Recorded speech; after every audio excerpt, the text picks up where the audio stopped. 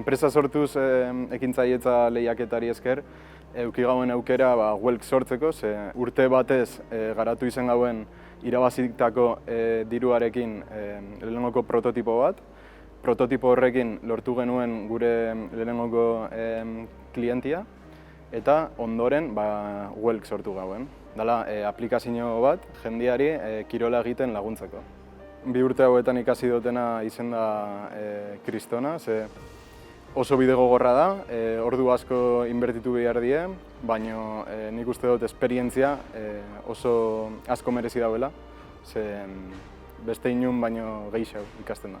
Fabrikazio gehigarriko masterren MBL-a egiteko ordun ekintzailetzatik enfokatzeko aukera eman zidaten, eta ordu nahi naiz eskolantzat valorizazio prozesu baten sorreran parte hartzen eta transferentzia teknologiko hobeto egin ahal izateko erraminta desberdinak eta etapa desberdinak sortzen.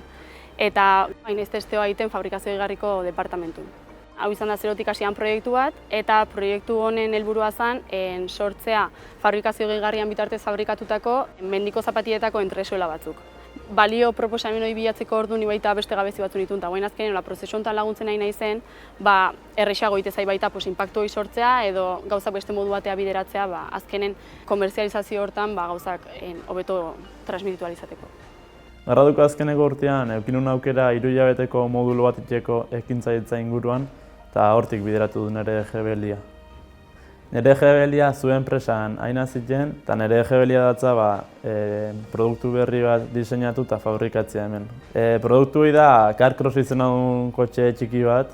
Nire lana hemen CarCross guztia diseinatzea izan da, hasiera-hasieratik. Eta orduan txasi izan diseinua, suspensioana, frenuana, direkzioan diseinua, zerotik hasi izan, eta gutxi gorera prototipoa bukatua dago.